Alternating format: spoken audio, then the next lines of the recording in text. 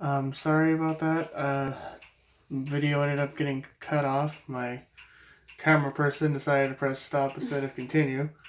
So this is actually part 2 now because it's going to be a little short. Hopefully altogether it will equal the time frame.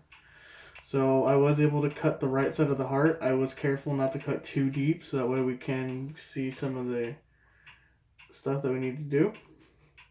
So again, we have the chordinae tendineae right here. We do have the right ventricular wall right here. You can kind of see it.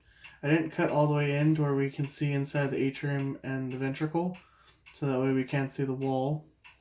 Atrium would be down here, the tricuspid valve would be right here in between the two. And if you pull some of the chordinae tendineae, you actually can see part of the muscle area right here, the papillary muscle.